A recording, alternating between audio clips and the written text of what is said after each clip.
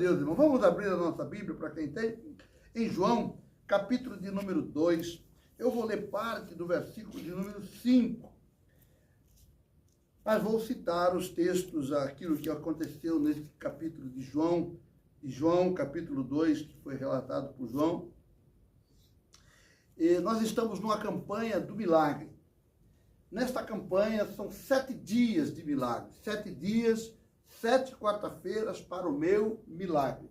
O tema da campanha é 7 quarta-feiras para o meu milagre. Não significa que, porque nós já tivemos 3, 4 quarta-feiras com essa, que, então eu só tenho 3. Não. Você faz 4, 7 quarta-feiras a partir de hoje. Né? Você tem um milagre, uma campanha? Então a sua campanha começa quando você começou. A campanha não começa quando eu comecei. A minha campanha já estou no 4º dia. Mas se você começa hoje, você tem 7 quarta-feira e vamos fazer até a bênção de Deus chegar. Se começar amanhã, na outra quarta-feira, assim sucessivamente. Por quê? Porque Deus é que faz o milagre. Não são as 7 quarta-feira. O milagre vem de Deus. Quando eu me coloco nas mãos de Deus, quando eu me coloco na presença de Deus. Os três textos bíblicos e as 3 palavras que Deus nos deu nessa campanha do milagre. A primeira foi muito interessante, que Deus nos falou sobre a mulher do fluxo de sangue. Veja que coisa interessante. Aquela mulher, durante 12 anos, ela gastou dinheiro. Durante 12 anos, ela confiou nos homens. Durante 12 anos, ela confiou nos médicos. Durante 12 anos, ela viveu desprezada, sem valor, sem honra, perdida dentro de casa. Mas um dia, ela certamente ouviu falar que havia a Alpha Church. Que havia Jesus. Ela ouviu falar que Jesus existia e que ele estaria passando na sua cidade. Então, ela tomou uma decisão. Eu imagino agora, a decisão dela foi de muitos de nós.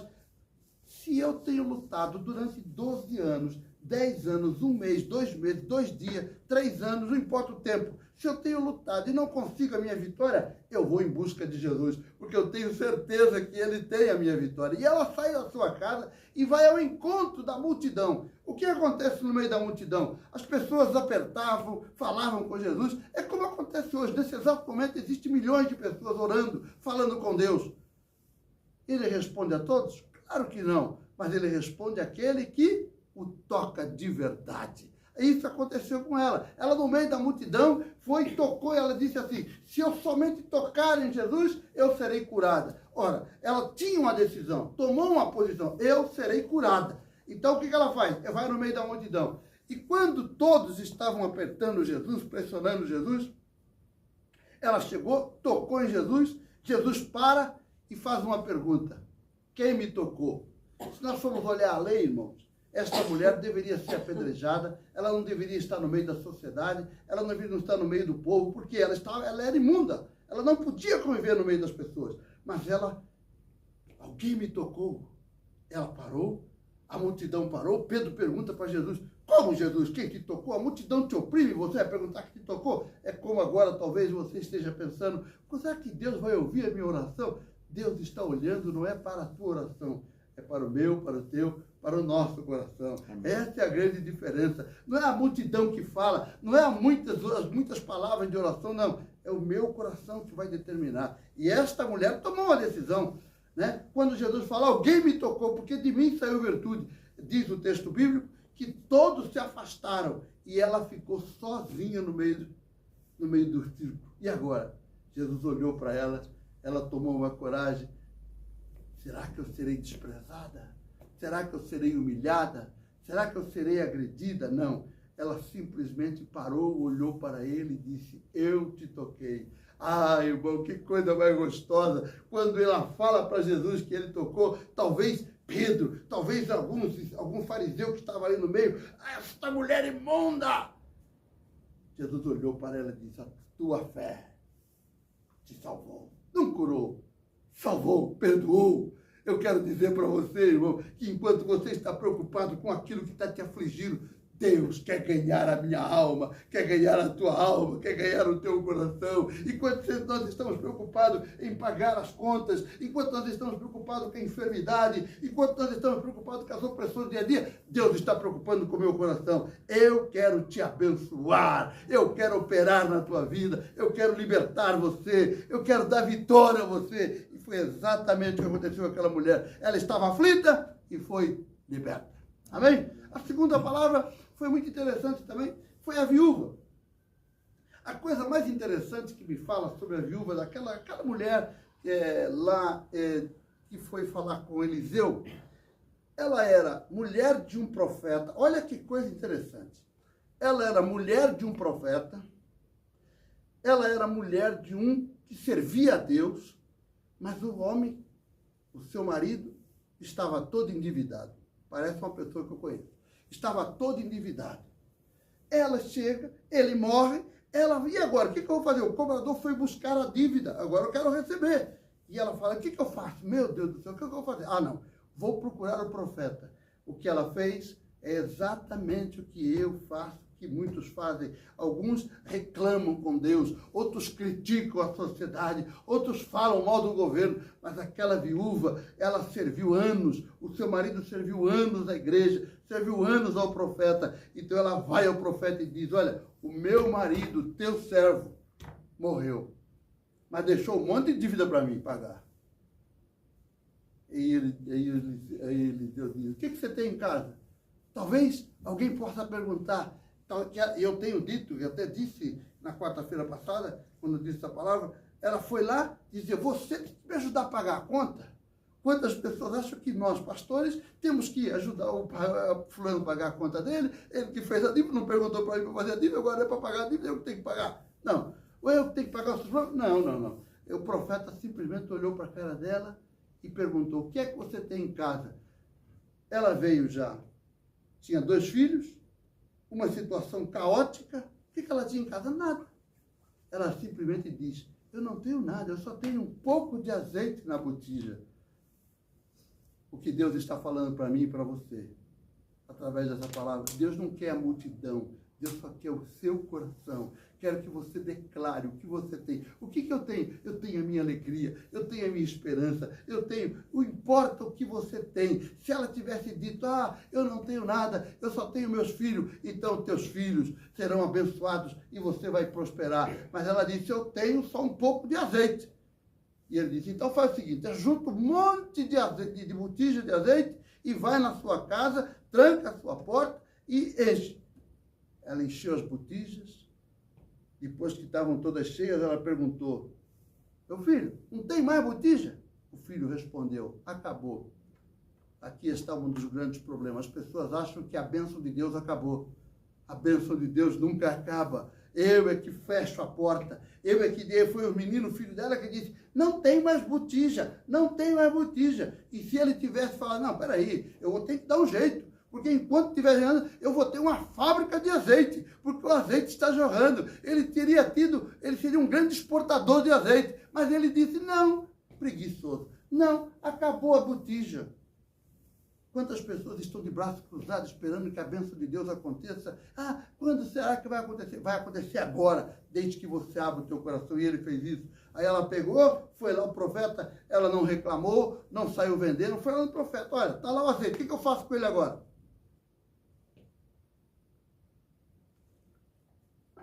Pega o azeite, venda, paga a dívida e vive do resto. Olha que coisa interessante. O profeta disse para ela o que ela devia fazer. O que eu admiro não é o que o profeta disse, mas a disponibilidade dela. Eu vou ouvir o que o homem de Deus tem para falar. Eu vou fazer o que o homem de Deus fala. Eu não vou fazer o que eu penso, eu não vou fazer o que o meu vizinho pensa, eu não vou fazer o que a internet manda eu fazer, nem que o YouTube manda fazer, nem que ninguém manda fazer. Eu quero saber o que o homem de Deus manda fazer. Quantas pessoas, irmãos, têm perdido a vida, têm perdido a alegria, porque abandonaram a igreja e foram atrás das coisas deste mundo, atrás das angústias deste mundo, atrás das lutas de cada dia. Eu preciso trabalhar, irmão. Trabalhar todos nós precisamos, mas nós não podemos abandonar o Senhor. Nós não podemos deixar o Senhor por nada. Por quê? Buscai-me e acharei. Quando me buscares, todo o teu coração, né? Quando eu busco o Senhor, Ele está de braço aberto. Vinde a mim, vós que estáis cansados e oprimidos, e eu vos aliviarei. E ela chegou lá, falou com o profeta disse para ela, e ela vendeu e foi uma grande empresária, tornou-se uma empresária do azeite, né? Deus está querendo fazer de mim algo grande, fazer de você algo grande. Basta você dar ouvido à voz do profeta de Deus, a voz do homem de Deus. Esse é que é importante, não ficar fugindo atrás de soluções. Busca o Senhor, busca a solução na casa do Senhor e você vai alcançar a resposta que você precisa. A terceira palavra foi a do cego. O que é cego? Cego é aquele que não vê. Mas o pior cego, irmão, é aquele que um dia viu e ficou cego. O pior problema do cego não é o cego que nasceu, que nunca viu a luz do sol, mas o cego que um dia viu e agora não vê mais. Isso fala comigo, fala com você, fala conosco.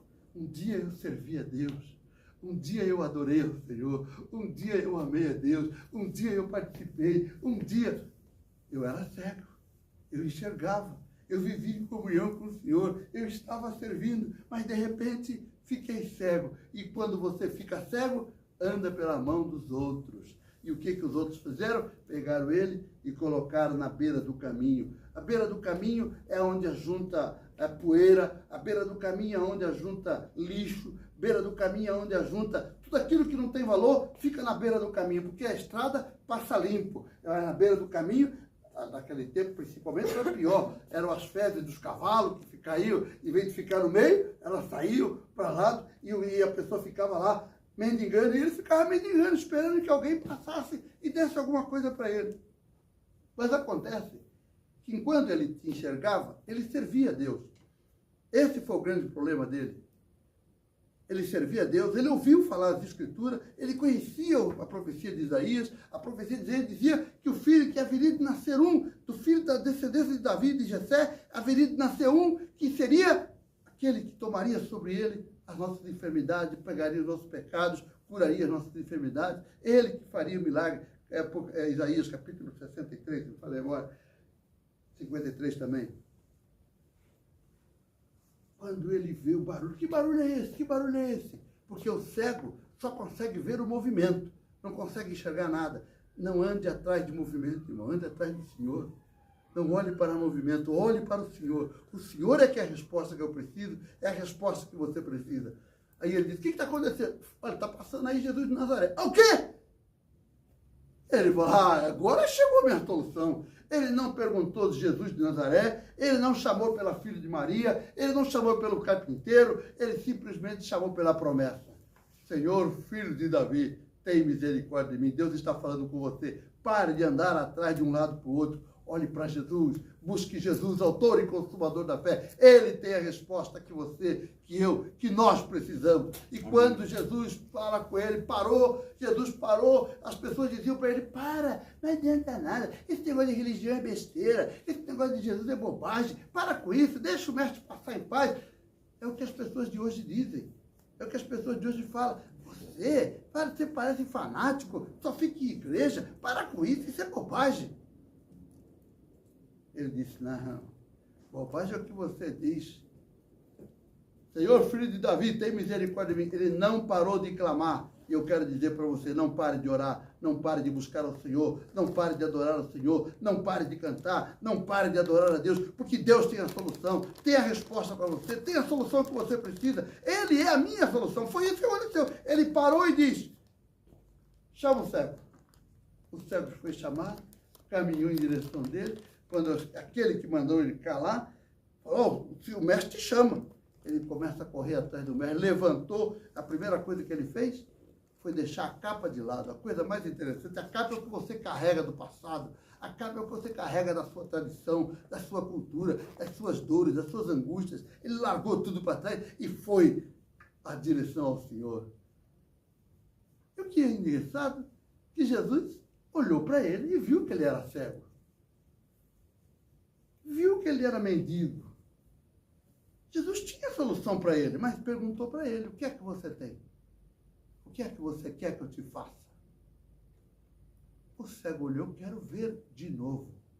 Nova versão da linguagem de hoje. Eu quero ver de novo. Quantas pessoas estão vivendo na cegueira e não querem ver de novo? Aquele cego disse, vê. Jesus não disse, vê a tua fé, vê, você agora vê. Não. Vê, a tua fé te salvou. Então, o que é que salva o homem? O que é que liberta o homem? O que é que faz o milagre? Primeiro, o milagre faz quando você toma uma decisão de servir ao Senhor. Segundo, o milagre acontece quando você decide ouvir a voz de Deus. E terceiro, o milagre acontece quando você declara ao Senhor a tua necessidade. E certamente Deus tem a resposta para você. E aquele cego ouviu e passou a ver. E o Senhor perdoou o seu pecado e passou a ver e voltou a servir, voltou a honrar, voltou a glorificar. E o quarto? O quarto tema hoje é obediência que destrava o milagre. A obediência que destrava o milagre. Disse já lá, o verso 5, parte A do verso 5, diz assim, parte A não, parte B, diz assim, sua mãe disse aos serviçais, façam tudo o que ele mandar. Façam tudo o que ele mandar. Nós estamos, irmão, diante do primeiro milagre público de Jesus.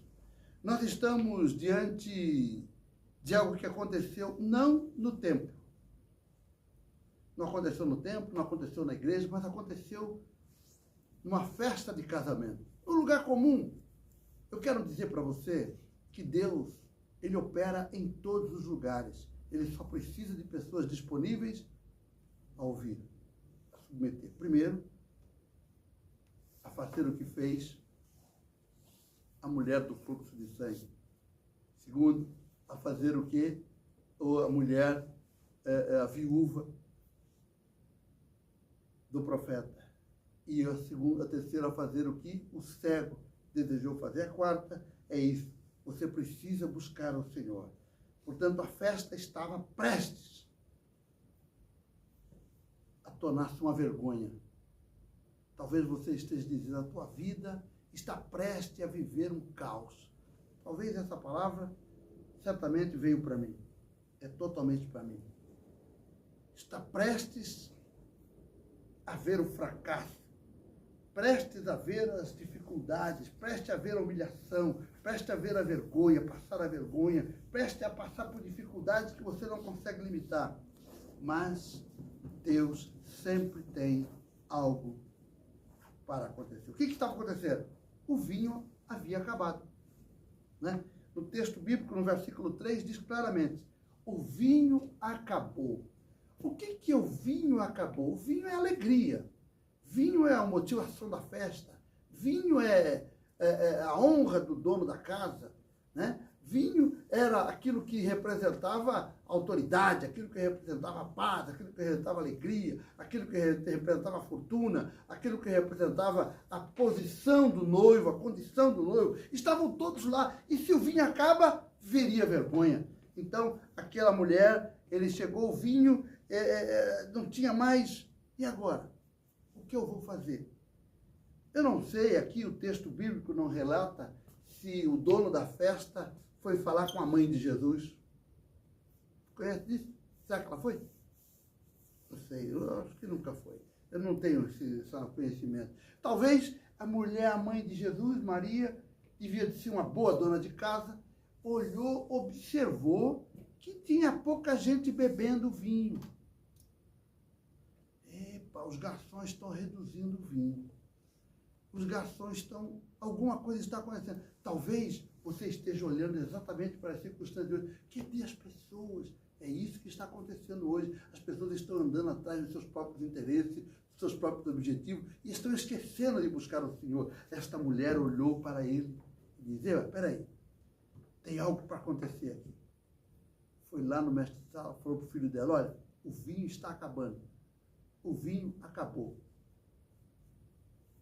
Lembre-se de uma coisa. Quando o vinho acaba, acaba tudo. A tua esperança está acabando? Você está perdendo a alegria? Não, hoje começa a tua história. A tua história começa de novo hoje. Aí ela vai ao mestre de sala, olha o que está lá no verso 5. ela vai lá e fala com o filho. O filho dá uma resposta bastante agressiva. Mulher, o que é que eu tenho contigo? Talvez se o meu neto falasse assim comigo, eu diria, que isso, rapaz? Deixa de ser mal educado, rapaz. Se o meu filho falasse comigo, eu te repreenderia. E a mãe olhou para Jesus, não ficou triste, nem magoada. Ela simplesmente disse para os empregados, olha, façam tudo o que ele mandar. Isso aqui tem uma história tão grande, cara. Isso aqui tem uma coisa tão maravilhosa. Porque, veja, preste atenção nisso. Os empregados não estavam entendendo absolutamente nada. Quando ela disse para os empregados, olha, faz o que ele está mandando, tudo que ele mandar, faz. Ele chega, pega as vasilhas de onde as pessoas lavavam a mão, enchem ela d'água. Os empregados, peraí, mas alguém aqui vai tomar banho? Já todo mundo entrou, nós estamos com um problema, é falta de vinho. Eu quero dizer uma coisa, não se preocupe se você não entende o que Deus está falando. Amém.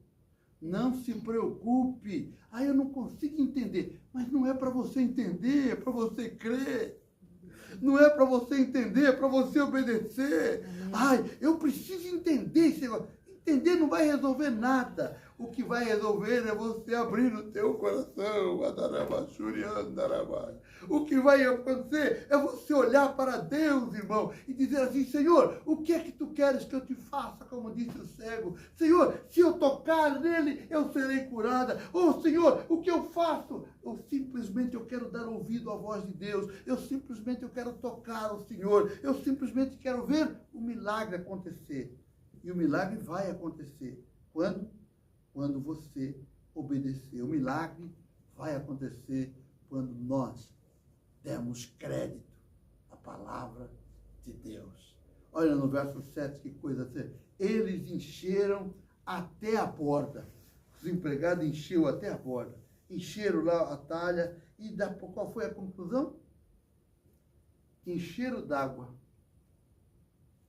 Eu fico imaginando aqui agora, o que é água? Coisa comum. Tem abundância na natureza. Coisa comum. E ele pega a coisa comum e jogou dentro da talha. Se ele tivesse feito uma oração, Jesus não fez oração nenhuma. Ninguém fez um ritual lá de... Fizeram? Ninguém fez ritual nenhum. Ninguém pegou o óleo de unção e jogou dentro das talhas. Ninguém fez nada. Jesus simplesmente mandou encher a talha de água. Preste atenção no que eu estou falando agora. Jesus simplesmente mandou encher a talha d'água e depois que a talha estava cheia, ele disse para os empregados, agora mete aí a cuia e leva o vinho para o mestre de sala experimentar. O que foi que os empregados levaram? Água. O que foi que o mestre de sala bebeu? Vinho. O que foi que os empregados viram? Água. O que foi que eles ouviram? Vinho. Eu quero dizer para você uma coisa muito importante, meu amado irmão. Não importa que as coisas sejam naturais, não importa que as coisas sejam normais, o importante é o que você está ouvindo. As coisas em sua volta podem estar tudo normal, parece que não mudou nada, parece que nada está acontecendo. Peraí, dê ouvido à voz do Senhor, porque a água vai se transformar em vinho. Dê ouvido à voz do Senhor, porque aquilo que era comum torna-se especial, pois o mestre de sala disse exatamente isso. Você guardou o melhor vinho para o final da festa? Que coisa de doido. Ninguém faz isso. Primeiro serve o melhor vinho, para depois servir o vinho ruim. Você pega o melhor vinho e guarda para o último final da festa. Eu quero dizer uma coisa para você. Deus tem o melhor para você. Amém. Deus tem o melhor para a tua vida. Deus tem o melhor para a tua vida. Basta você ouvir a voz de Deus. Não querer entender a voz de Deus. Irmão, quando Jesus me curou a primeira vez, já foram algumas,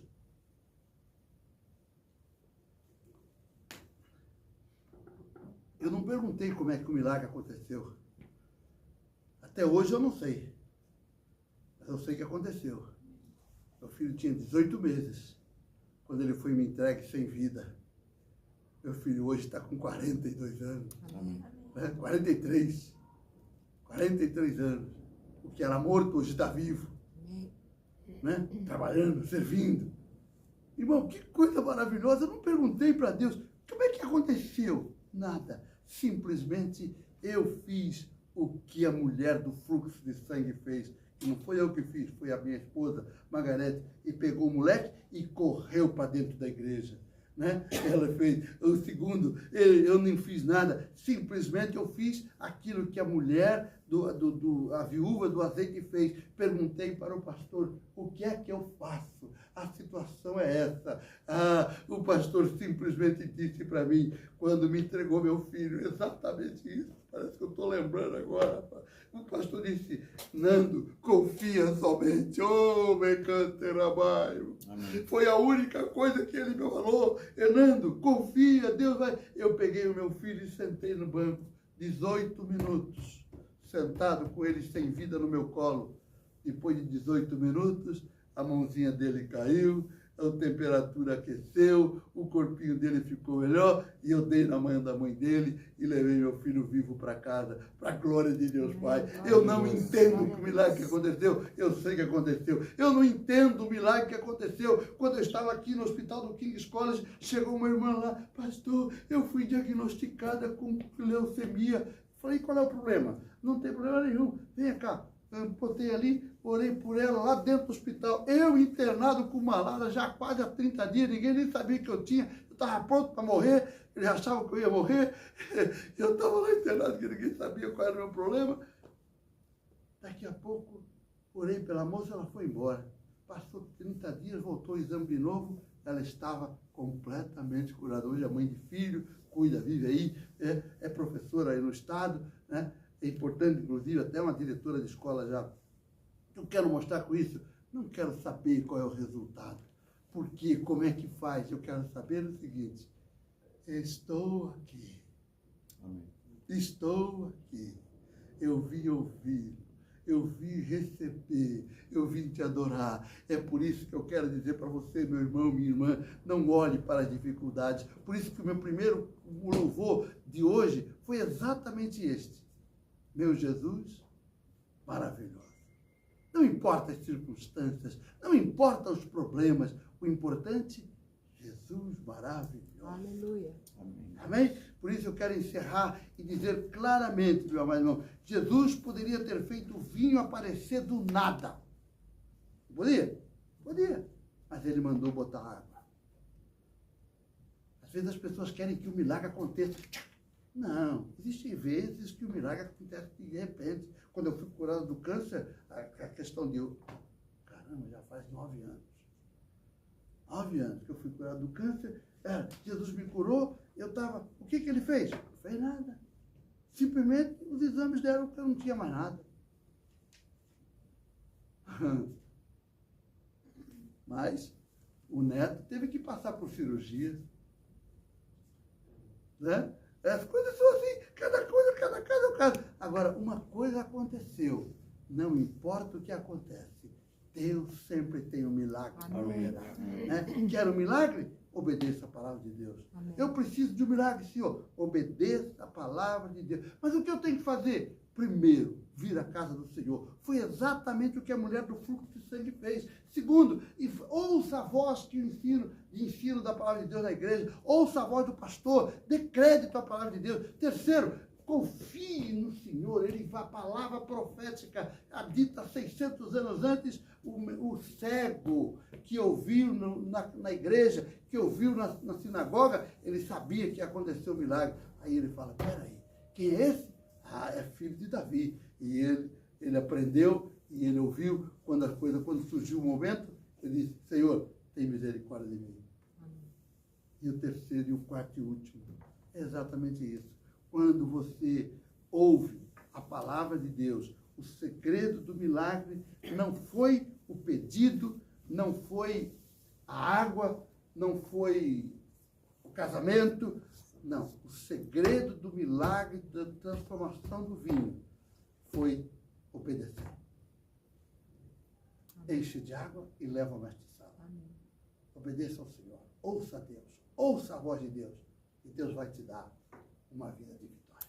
Amém. Hoje é dia de vitória e o teu milagre já aconteceu. Aleluia. Amém? Aleluia. Eu profetizo na tua vida agora em nome de Jesus. O teu milagre já aconteceu. Amém. A bênção de Deus já veio na tua vida. Deus já derramou sobre você o teu milagre. Basta você abrir o teu coração e deixar a glória de Deus se manifestar. Dê crédito à palavra. Não procure entender. Eu quero explicação, não tem que explicar nada. Aleluia. Crê somente e tu verás a glória de Deus, diz o Amém. Senhor. Ficamos de pé, vamos agradecer a Deus essa palavra, essa meditação curta, mas poderosa, para a glória de Deus Pai. Oremos ao Senhor, querido Deus, Pai de amor, de graça e misericórdia, em nome do teu amado e querido Filho Jesus Cristo. Diante da tua presença nos colocamos nesta noite, Pai, quando ouvimos a tua palavra, e eu quero te louvar, bendizer, por poder ministrar, por poder receber a tua unção, por poder ver a tua glória, Pai, sobre nós, e o teu poder certamente ser manifesto. Por isso eu oro, Pai, e peço em nome de Jesus, que tu venha ouvir a nosso clamor. Aleluia, Que Jesus. tu venha ouvir Aleluia. o nosso clamor. Levante a mão para o céu e diga comigo, Deus, em nome de Jesus, Em nome de Jesus. eu creio Eu creio que o meu que o milagre meu milagre já aconteceu. já Que aconteceu. a tua Que palavra a tua palavra é real é real. em minha vida. Na minha Por isso, vida. em nome de Por Jesus, isso, em nome de eu Jesus, te agradeço. Eu te agradeço. Teu milagre Teu milagre. na minha vida, Na minha em nome de vida. Jesus. Amém? Jesus. Que Deus abençoe. Pode aplaudir ao Senhor, Aleluia. glorificar a Glória a Deus, Deus. dizer que Ele é maravilhoso. Amém.